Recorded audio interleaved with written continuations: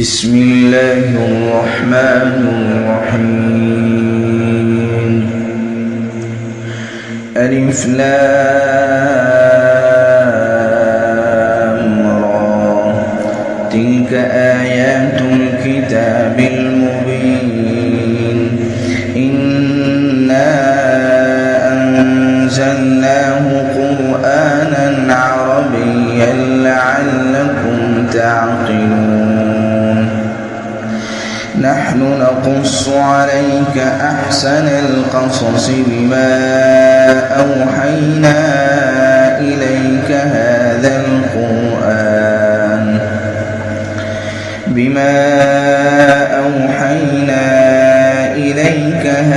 القرآن وإن كنت من قبله لمن الغافلين. إذ قال يوسف لأبيه يا أبت إني رأيت 11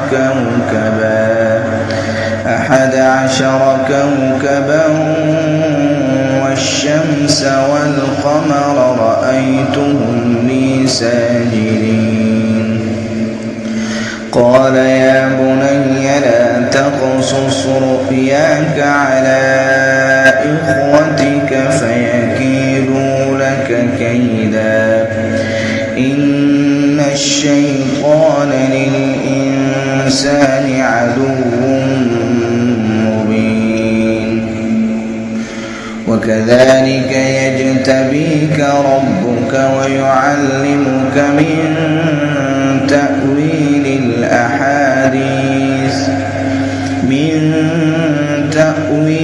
الأحاديث ويتم نعمته عليك وعلى آل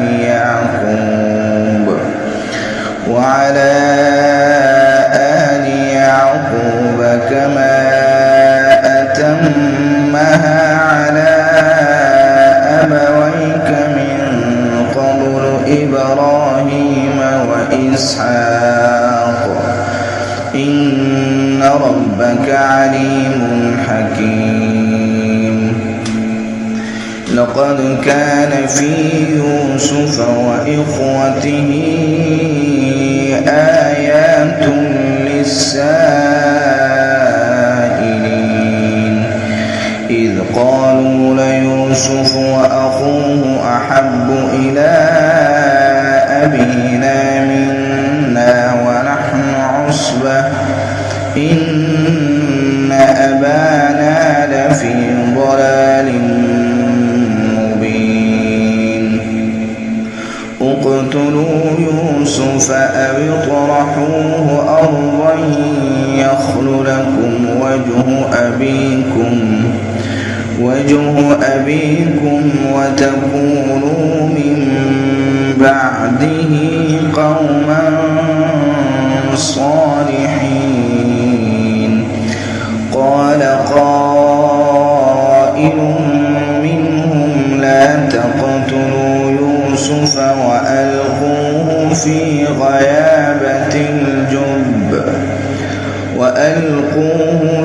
غيابة الجب يلتقطه بعض السيارة إن كنتم فاعلين. قالوا يا أبانا ما لك لا تأمنا يوسف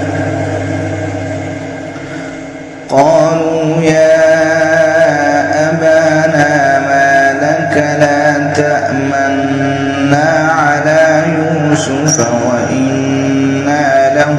لناصحون. أرسله معنا غدا يرتع ويلعب وإنا له لحافظون. قال إني ليحزنني أن تذهبوا به وأخاف أن يأكله الذئب وأنتم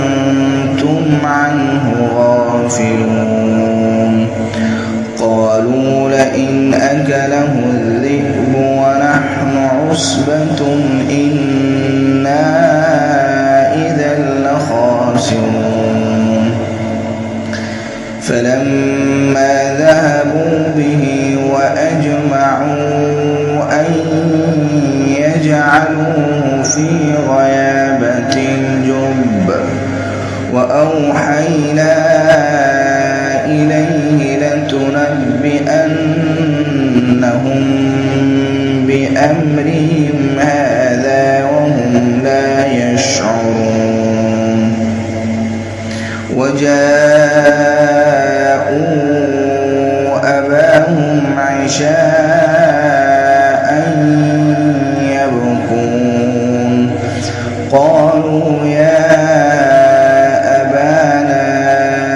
إنا ذهبنا نستبق وتركنا يوسف عند متاعنا فأكله الذئب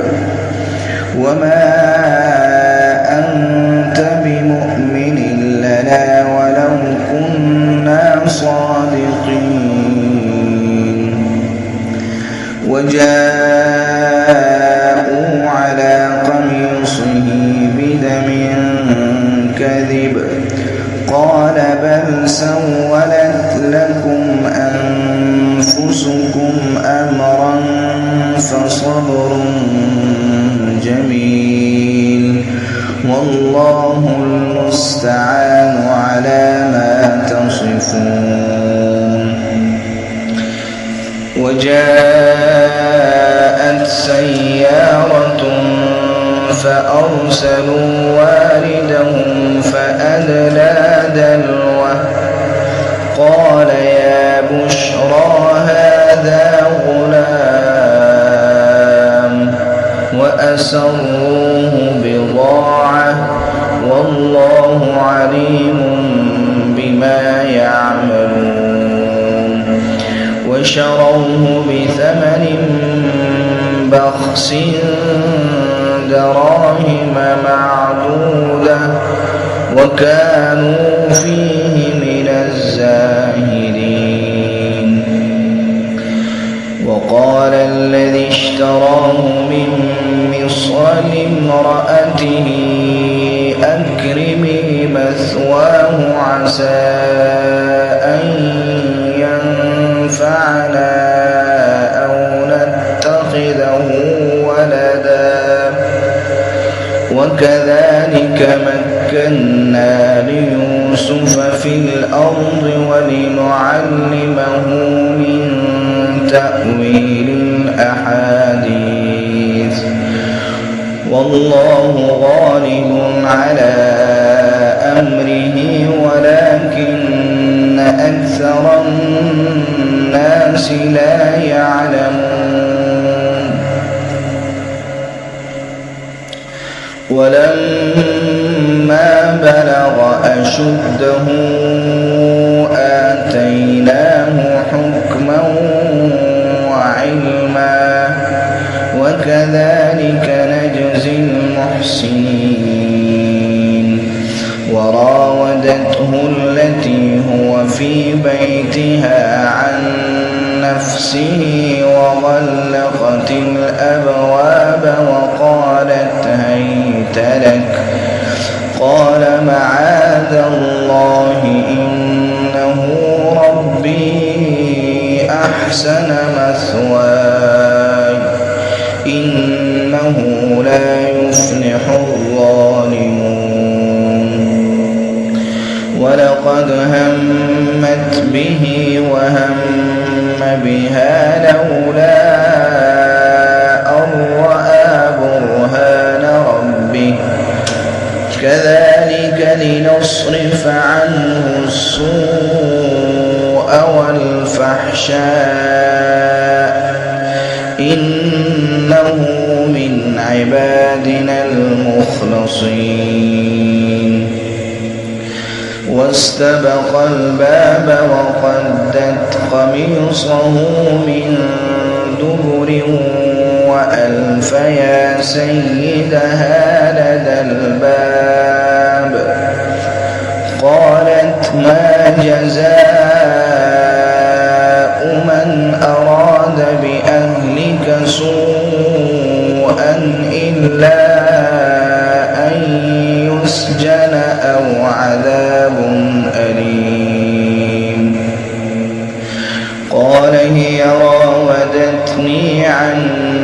نفسي وشهد شاهد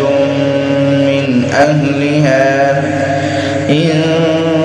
كان قميصه قد من قبل فصدقت وهو من الكاذبين وإن كان قميصه قد من دبر فكذبت وهو من الصادقين فلما رأى قميصه قد من دبر قال إنه من كيدكن إن كيدكن عظيم يوسف أعرض عن هذا واستغفري لذنبك إنك كنت من الخاطئين وقال نسوة في المدينة امرأة العزيز تراود فتاها عن نفسه قد شغفها حبا إنا لنراها في ضلال مبين فلما سمعت بمكرهن أرسلت إليهن وأعتدت لهن متكئا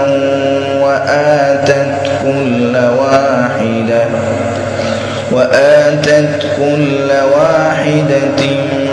منهن سكينا وقالت اخرج عليهن فلما رأينه أكبرنه وقطعن أيديهن وقلن حاش لله ما هذا بشرا إن هذا إلا ملك كريم قالت فذلكن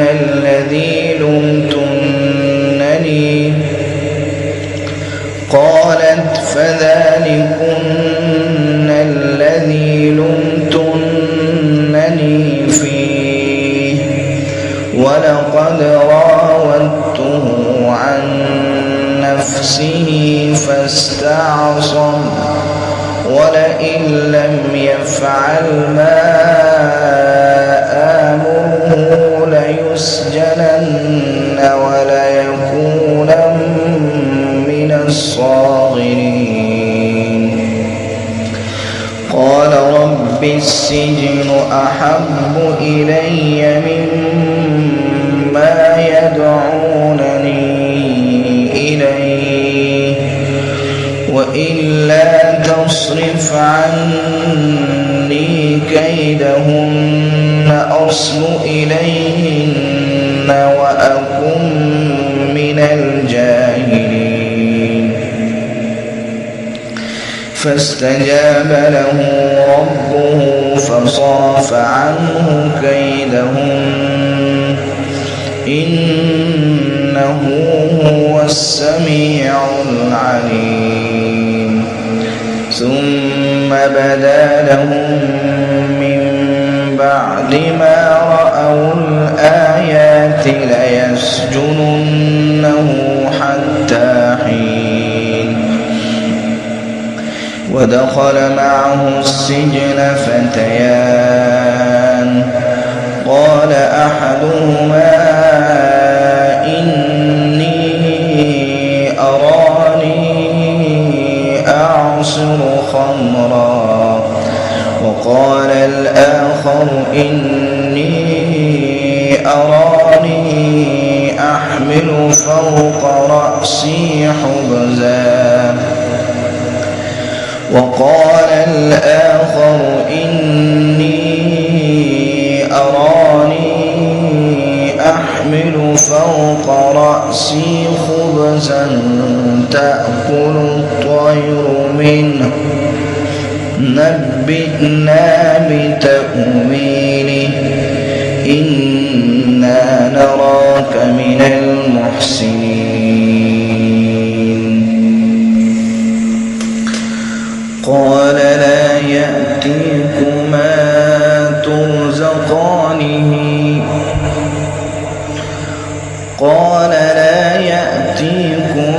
طعام ترزقانه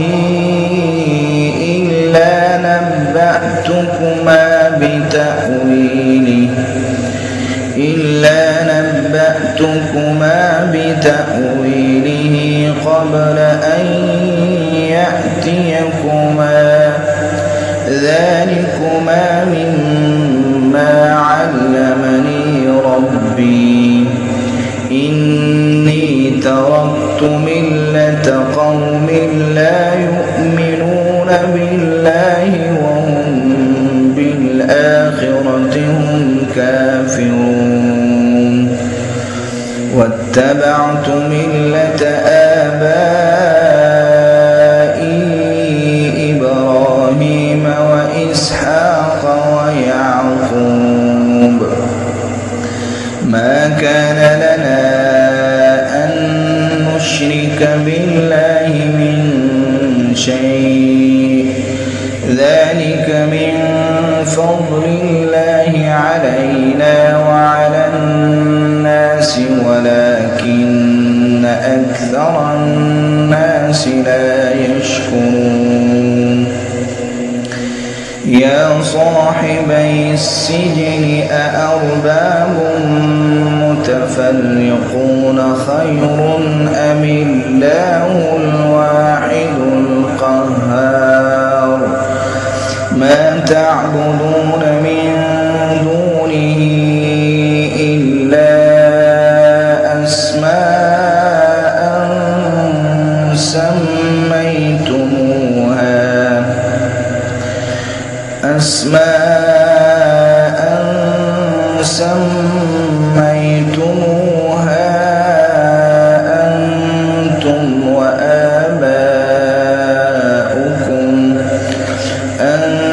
أنتم وآباؤكم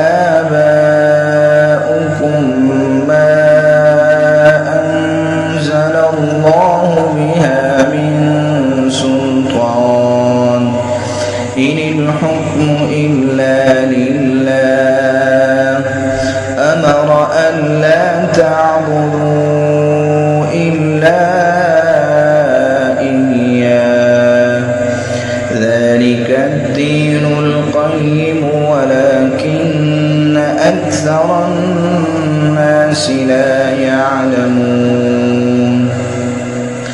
يا صاحبي السجن أما أحدكما فيسقي ربه خمرا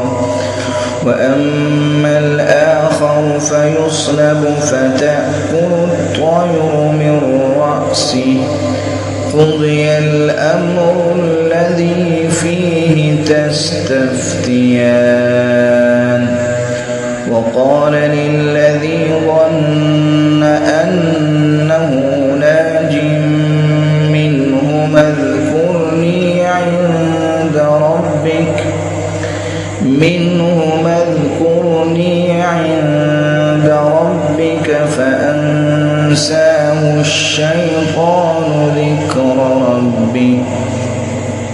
فأنساه الشيطان ذكر ربه فلبث في السجن بضع سنين وقال الملك إني أرى 7 بقرات سمان يأكلهن 7 عجاف و7 سنبلات خضر وأخر يابسات يا أيها الملأ أفتوني في رؤياي إن كنتم للرؤيا تعبرون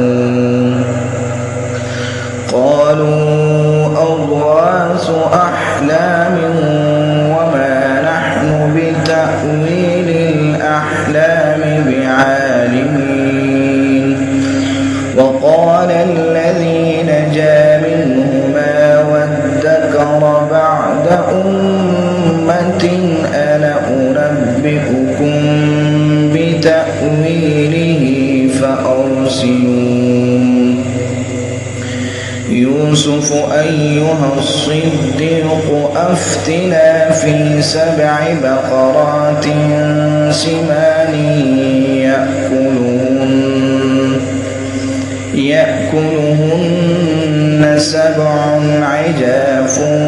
و7 سنبلات خضر وأخر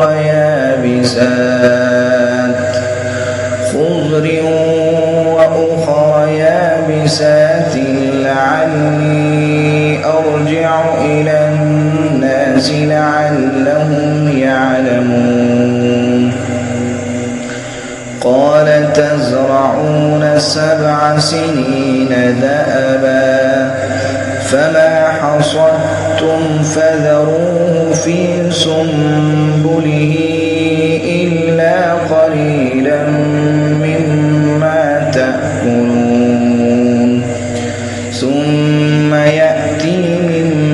بعد ذلك 7 شداد يأكلن ما قدمتم لهن إلا قليلا مما تحصنون ثم يأتي من بعد ذلك عام فيه يغاث الناس وفيه يعصرون وقال الملك ائتوني به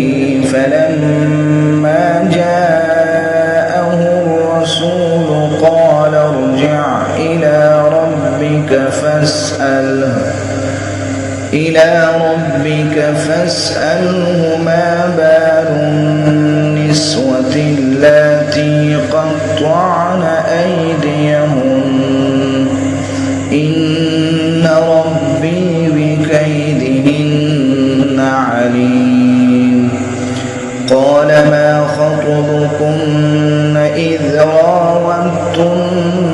يوسف عن نفسه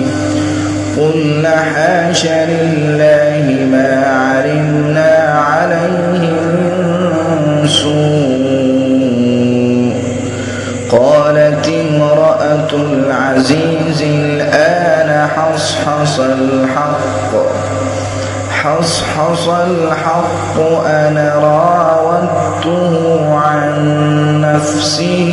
وإنه لمن الصادقين ذلك ليعلم أني لم أخنه بالغيب وأن